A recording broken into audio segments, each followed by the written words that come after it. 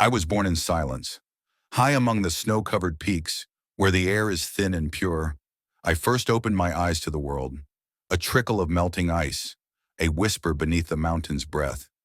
That was me. The world was vast and I was small, yet I could feel an unshakable pull, a call from somewhere far away, deep and wide, the ocean. I didn't know what waited for me there, only that I must go. So I began my journey. At first I was shy, a timid stream winding through moss and stone. I whispered secrets to the roots of pines and giggled softly over smooth rocks. The mountain goats would stop to drink from me, their gentle eyes meeting my reflection. The wind would dance across my ripples, telling me stories of the world below, of forests, valleys, and human towns filled with music and light. I wanted to see them all. I wanted to belong to the world. So I kept moving. As I flowed down the slopes, I met my first friend, a little bird named Kiva. She fluttered above me every morning, dipping her wings in my cool surface. "Where are you going, little river?" she chirped. "I don't know," I said, "but something calls me forward." Kiva laughed. "Then I will follow you for a while." And she did. Together we traveled through the first forest, a cathedral of green, where sunlight filtered through leaves like falling gold. Children played by my banks, tossing pebbles and chasing dragonflies. Their laughter filled me with warmth. I carried their reflections gently along, wishing I could tell them how happy they made me feel. But every journey brings change. One morning, Kiva was gone. She had flown onward, chasing a new wind. I missed her. The forest felt quieter without her song. Still, I kept moving, because rivers, like hearts, cannot stay still forever. As I grew, I learned to roar. I rushed over cliffs and plunged into canyons, foaming and wild. I thundered against the stones that tried to hold me back, carving my path with patience and persistence. There were days when I felt strong, unstoppable, and others when I grew tired and slow, my waters muddied by the storms above. Even rivers have moods. Sometimes I wanted to rest in calm pools to let the world pass me by. Other times I wanted to run so fast that nothing could catch me. But always the call remained, the deep voice of the ocean whispering, "Come home." I met many along the way. There was the old willow tree who bent her long hair into my current. She whispered, "I've watched the world longer than you flowed, child. You're doing well. Just keep moving.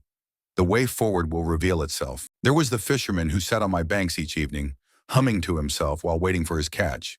He never knew I listened to his songs. He never knew that his melody made my surface shimmer with joy. And there was a young girl who cried beside me once, her tears falling into my waters. "I don't know who I am anymore," she said softly. I carried her tears gently downstream, whispering back, "Neither do I. But maybe that's the beauty of it. We find ourselves as we go." Years passed. I widened, deepened, and slowed. Towns began to grow along my edges. Bridges arched across me, lights reflected in my surface. I carried boats, dreams, and the echoes of laughter. Sometimes I even carried sorrow, because not all who lived by me were kind. Factories poured smoke into the sky and waste into my heart. I grew darker, heavier, burdened by the world I loved so much. One day I wept. I thought I would never be clean again, but then the rains came, soft, endless, forgiving. The sky itself wept with me, washing away what pain it could. The mountains sent new snowmelt, pure and cold, and slowly I found myself again. I learned that healing takes time, for rivers, for people, for everything that lives.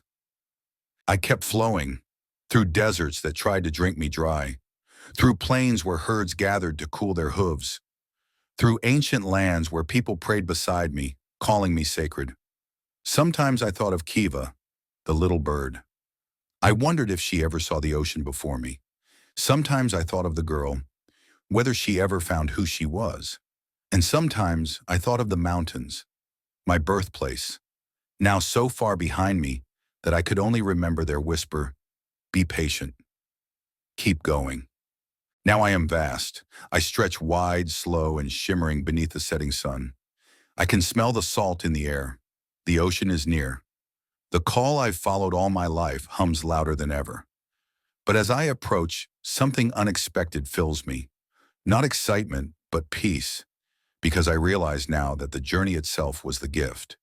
Every rock that shaped me, every storm that darkened me, every reflection I carried, they made me who I am.